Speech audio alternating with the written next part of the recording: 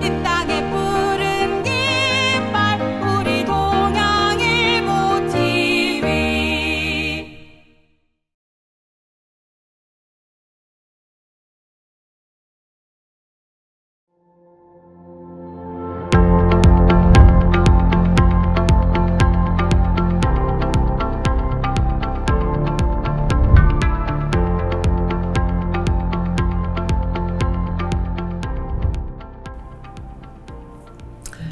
동양일보TV 사람 풍경입니다. 오늘은 스튜디오에 화가 한 분을 모셨습니다. 평생을 낮은 곳을 찾아 흐르는 금강과 자유로운 공간으로 비상하는 새를 테마로 작품 활동을 하고 있는 기산 정명희 화백인데요. 정화백은 지난 2011년 8월 40여 년 동안 그려온 전작품 1396점을 대전광역시 교육청에 기증해 대전광역시 교육청이 정화백의 이름을 딴 정명희 미술관을 개관하였습니다. 그 미술관이 올해로 10년을 맞았고 얼마 전 10주년 개관 기념 전시회를 성황리에 마쳤습니다. 정화백을 모셔서 말씀 나눠보도록 하겠습니다. 화백님 안녕하세요. 안녕하세요. 네. 반갑습니다. 오늘 오시느라 고생 많으셨습니다. 아니 무슨 말씀. 어디서 오셨어요? 대전에서 왔죠. 대전에서요? 네, 뭐 가까웠어요. 한 시간도 안 걸렸으니까요. 네, 그렇죠. 아니 옥천에 작업실 갖고 계시다고 들었어요. 예. 아직도 있나요? 아니요. 제가 이제 건강 그리면서 대청호 바로 곁에 작업실을 갖고 있었어요. 근데 욕심이었죠. 그건 오래 못 갔어요. 한 4, 5년 정도 작업을 했고 그리고 다시 이제 조금 편한 도시로 나와서 대전에 가서 있습니다. 대전으로 나오셨군요. 예. 네. 정명희 미술관이 10주년이 되었다고 해요. 그 10주년 전시회가 막 끝난 것으로 알고 있는데 미술관이 만들어지게 된 계기 여쭤봐도 될까요? 네. 세월이 참 빨라요.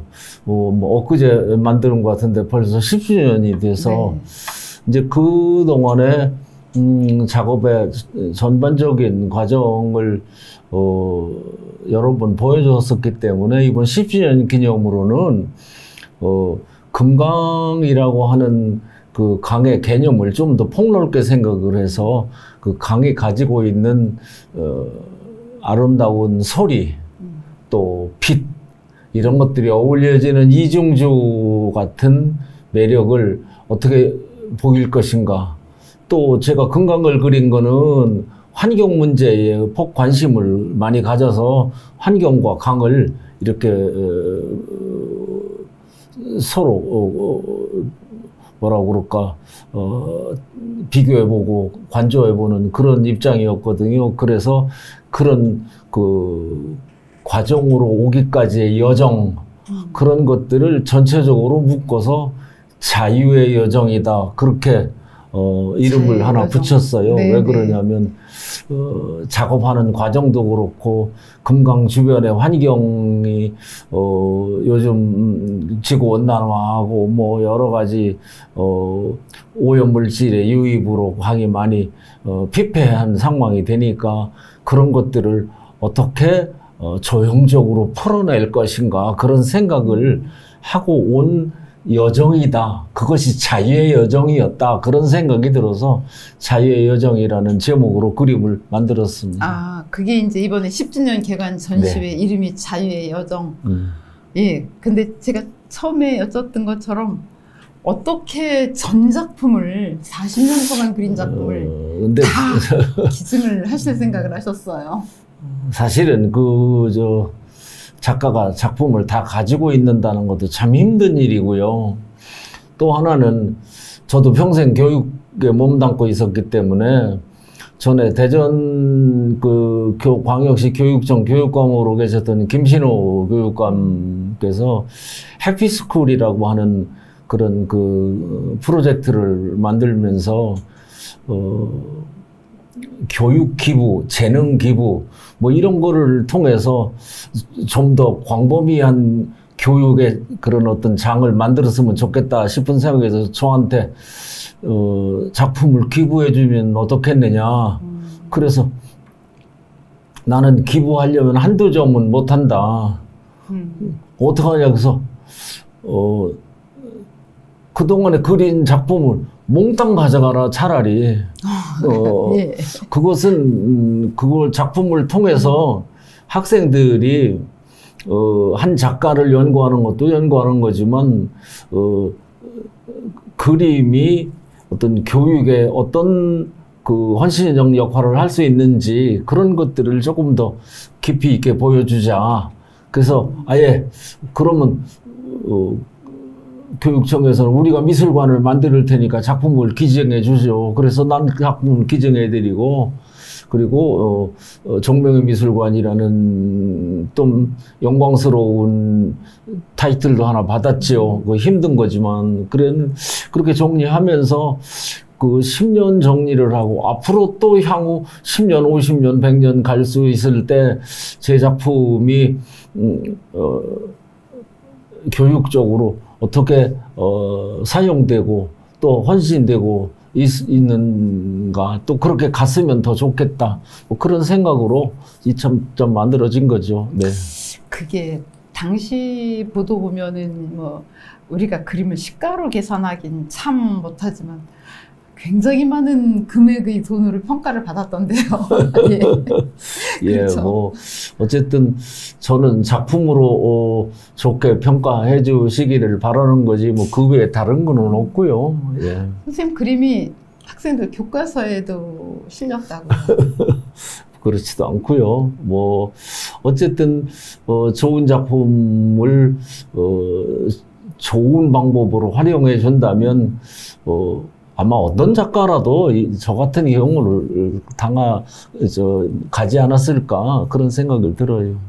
학생들에게 그 교육을 위해서도 참 필요하겠다는 생각으로 아마 그림을 기증하신 것 같은데, 아유, 감동스럽습니다. 그럼 선생님 작품에 저희들이 한번 좀 보면서 이야기를 해볼까요? 예, 예. 일단 기산 정명이 화가 그러면 사람들이 금강 그리고 새 그렇게 말하거든요. 고맙죠. 네네네. 근데 도대체 강과 새가 어떤 메커니즘으로 그 철학이 되고 화가의 작품 속에서 어떻게 형상화되는지 저희들이 같이 한번 작품 보면서 이야기 나누도록 네. 하겠습니다.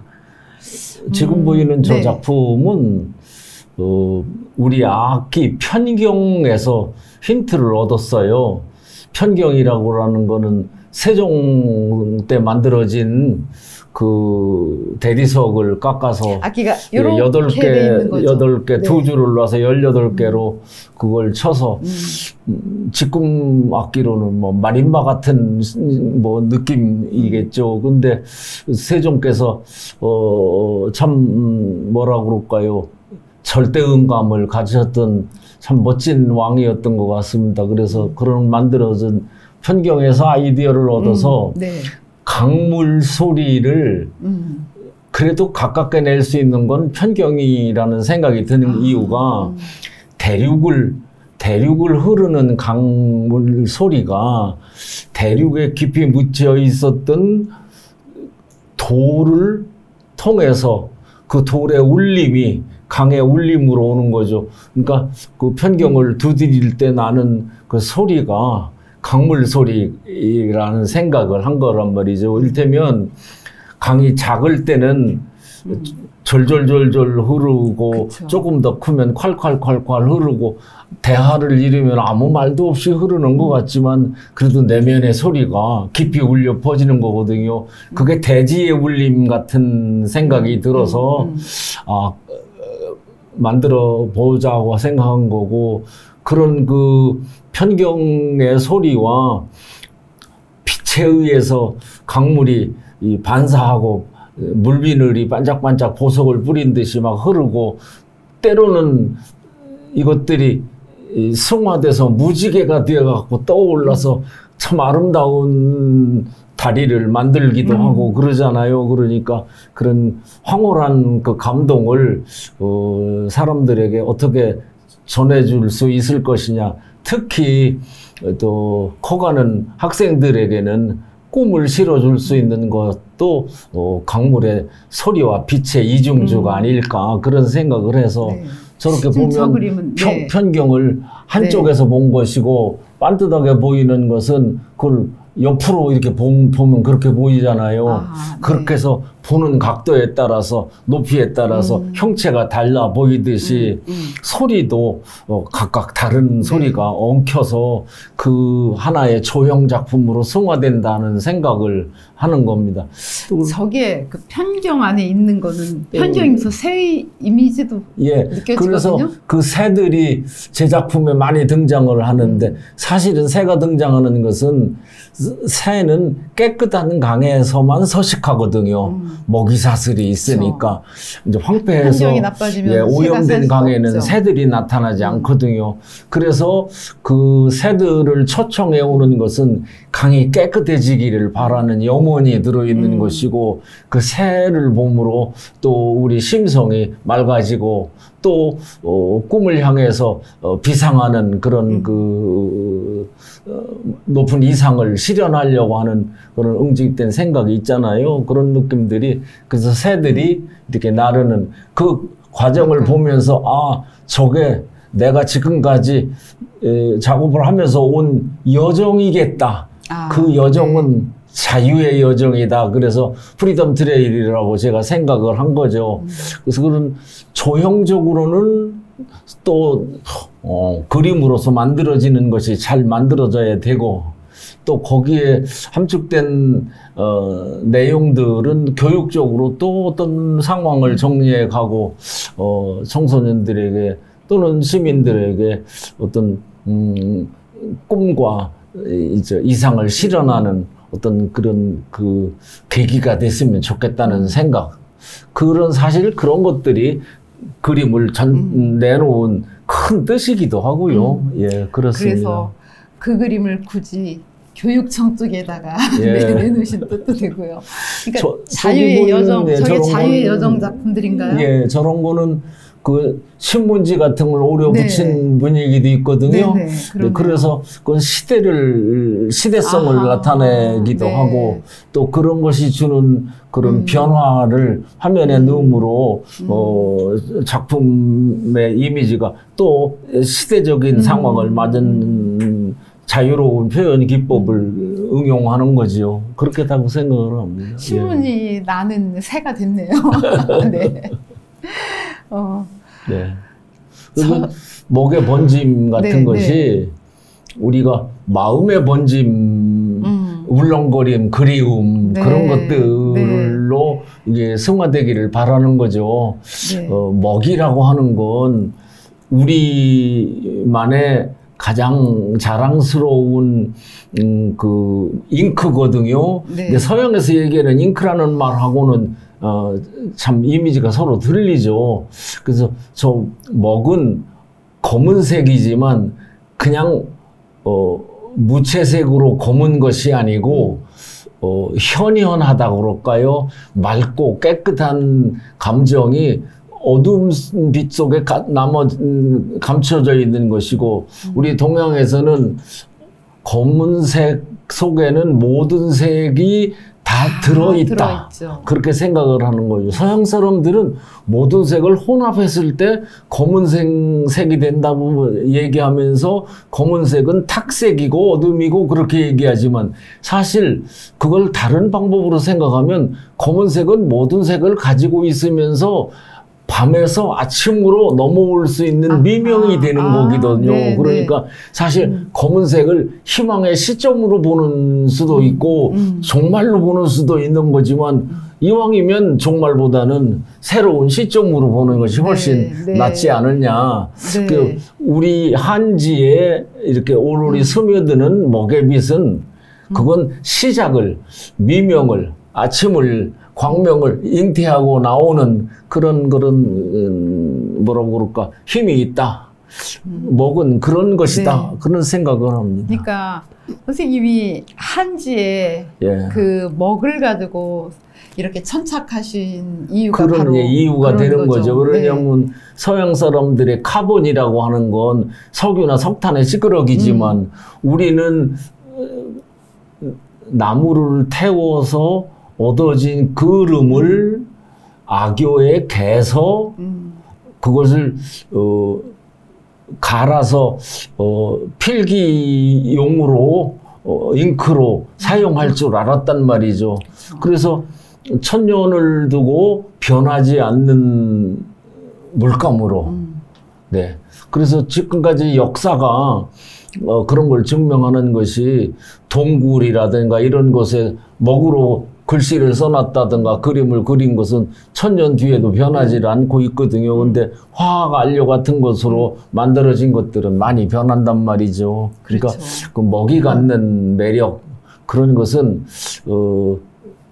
정신적으로나 또는 뭐 재료학적으로 볼 때도 참 오랜 동안 끈기 있게 버티고 우리 민족의 흐름과도 부합되는 그런 매력을 갖고 있지 않냐 그런 생각도 하고. 그게 한지하고 어울렸을 때, 그렇죠. 예, 예. 먹이 빛나죠. 예. 지금 서양종이와 목하고는 또 전혀 그렇죠, 아니니까. 그렇죠. 아마 그런 것들이 국민성하고도 예. 많이 연관이 될 겁니다. 잠재적으로. 아까 그 스며듦, 예. 번짐, 예. 그것을 아주 참 시적으로 표현을 하셨는데요. 예. 그 마음에 그런 어떤 번짐을 예. 주는 거는 그리움이기도 하고, 예. 네, 아주 참, 하여튼 그림, 사실 그 설명이 필요한 거는 아니죠. 그럼요. 느끼는 거죠, 우리가. 예.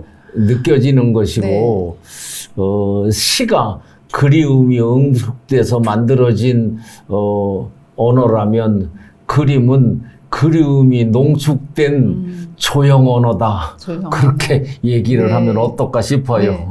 네, 선생님 그림 설명 듣다 보니까 강과 새에서 편경이 나오면서 소리와 예. 그 다음에 빛, 지금 예. 먹이, 그 다음 여명을, 그때 예. 희망을 상징하는 어떤 빛 예. 같은 이 네 가지 단어를 제가 아까 그렇게 이제 거기서 생각을 네. 하고 들었는데요. 맨 처음에 어떻게 금강을 생각을 하시면서 그리시게 됐는지. 사실 아주 오래전에 그림을 내가 평생을 그려야 할 텐데 실증 내지 않고 질리지 않고 죽을 때까지 내가 붙잡고 그릴 수 있는 게 뭔가 그걸 생각하게 되죠. 어떤 화가라도 그런 걸 생각할 텐데 그때 제가 생각한 게 지금까지 많은 동양 화가 우리 동양권, 아시아권, 뭐 이런 한국 이런 데서 산을 그리거든요.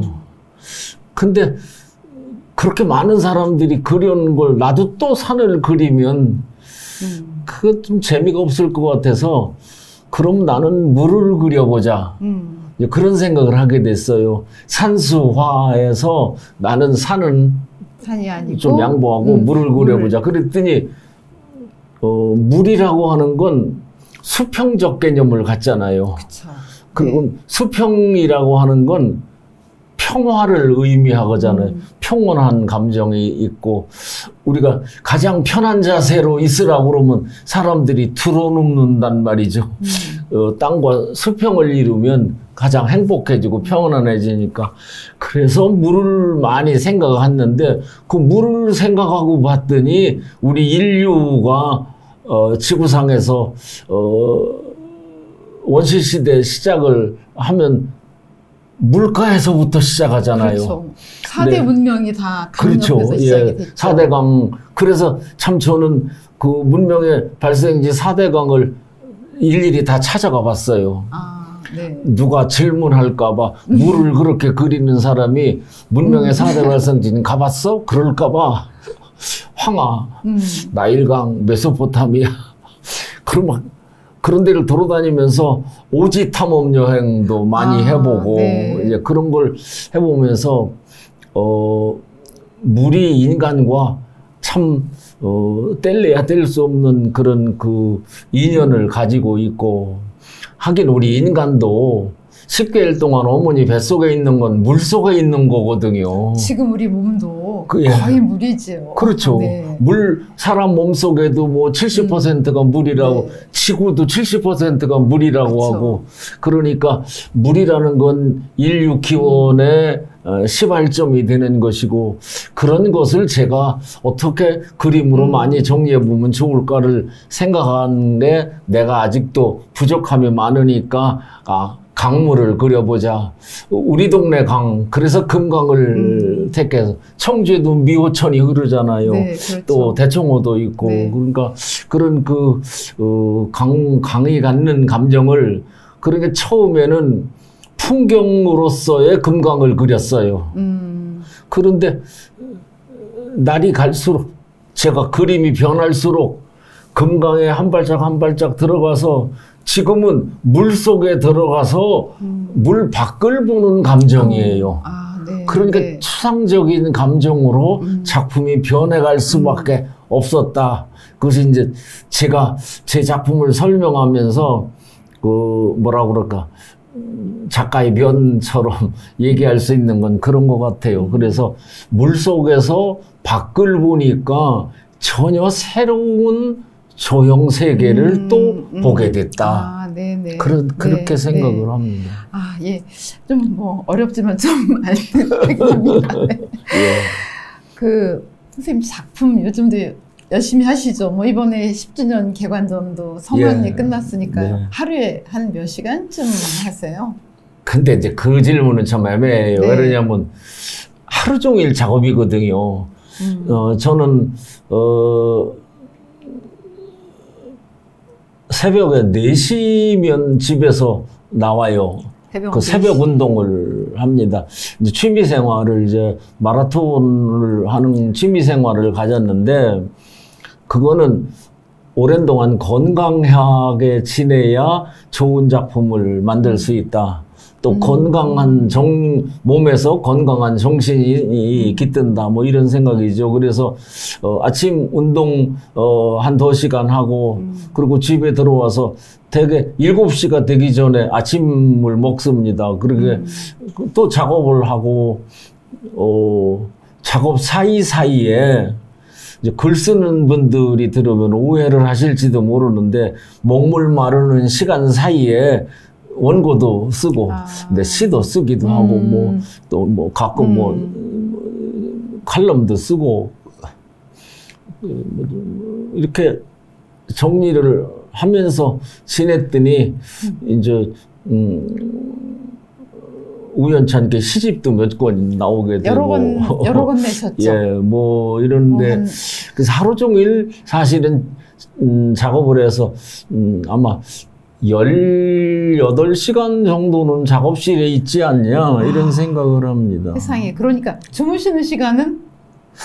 예, 대개 뭐 하루에 뭐 한 4시간, 5시간 정도 평생 그렇게밖에 안 잤는데, 세상에. 네. 그러니까, 피곤하면 본능적으로 자니까 어떤 때 낮잠도 잡니다, 솔직하게. 그렇지만, 작업실에 하루 종일 엉켜 있다고 보니까 언제 작업을 하느냐는 하루 종일 한다고밖에는 할 수가 없죠. 네. 예. 네네.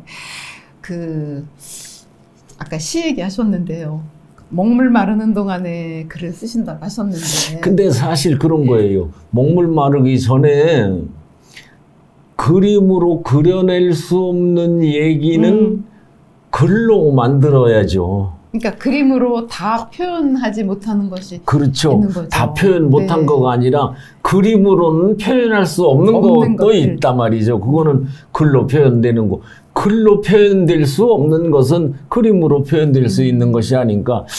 사실은 시서화가 같이 있는 거니까. 그럼요. 예술에 사실 경계가 있다는 게 좀 요즘에 와서 얘기죠. 우리가 더 오래 옛날로 가면은 사실 그림이 옛날엔 시였고 시가 노래였고 그렇죠. 그게 그래서 함께 다 있었던 거죠. 화중유시요 시의중유하다 그런 말도 있잖아요. 그러니까 결국은 그 시서화가 한 몸인 건데 요즘 분업화가 되니까 전공이 뭐냐고 자꾸 나눠가지고 사람이 삭막해지는 것 같아. 같이 할 수 있는 거죠. 그림 그리는 사람이 글도 쓸 수 있는 것이고 그림도 그리고 또 외에 뭘 만들기도 할 수 있는 것이고 뭐 얼마든지 이렇게 정리할 수 있는 것인데도 불구하고 뭐 하나로 그렇게 자꾸 이렇게 협소하게 나눠지는 것 같아서 좀 인간성이 조금 결여되는 쪽으로 가는 게 아닌가 그런 생각도 좋은 들죠. 단어 있죠. 융합이라는 예. 단어가 있죠. 네. 예. 아까 마라톤 얘기해서 사실 좀 반가웠는데요. 저도 그래요. 아이고 고맙습니다. 조금 한 일 있거든요. 사실은 마라톤을 하게 된 게 저도 늦은 나이에 시작했어요. 아버지 돌아가시면서. 왜 그랬냐면 제 아버님이 저한테 유산을 한 보따리를 물려줬는데 그 보따리가 성인병이에요. 근데 네. 제가 장남이기 때문에 다 물려받을 거예요. 그러면 저도 그런 성인병을 다 갖게 되면 몸이 건강하지 않을 테니까 이걸 어떻게 해야 되나 그러다가 운동을 하자. 그래 혼자 할 수 있는 운동이다. 마라톤, 뜀뛰기, 그냥 달리기 그거죠. 그렇게 해서 했더니 어느 사이에 마라톤 대회도 출전하게 되고 또 춘천 국제 마라톤에는 또 10년 이상 참가를 해서 명예전당에도 들어가 있고 오르셨어요? 예. 네.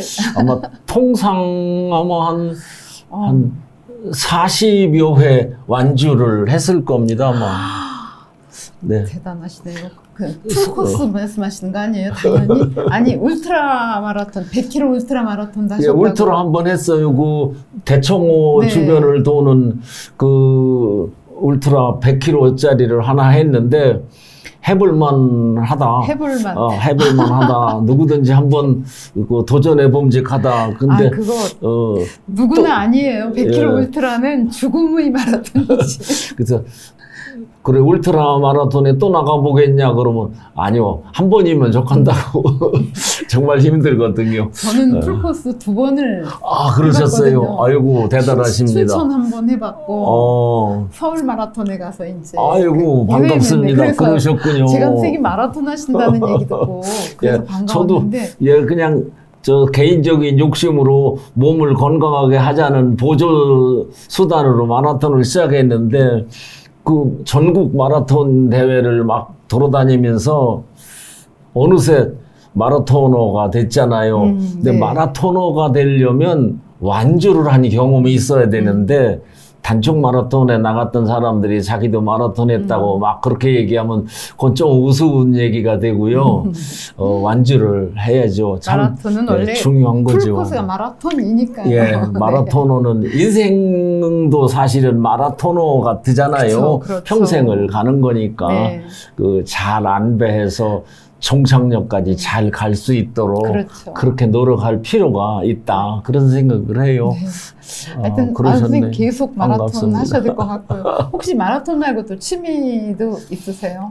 마라톤 하기 전에는 그 고산 등반을 취미 삼아서 네, 그런 걸 좀 했어요. 네. 그래서 또 뭐라고 그러나요? 인간으로 태어났으니까 각 대륙에 극점을 한 번씩 가보자. 그래서 이제 우리나라에서는 백두산을 한번, 아세아에서는 히말라야는 3번이나 갔었어요. 근데 꼭대까지 올라가지를 못하고 중반에 내려와서 안 되겠다 싶어서 아프리카의 키리만자로는 정상까지 갔었습니다. 예, 무산소로 갔고.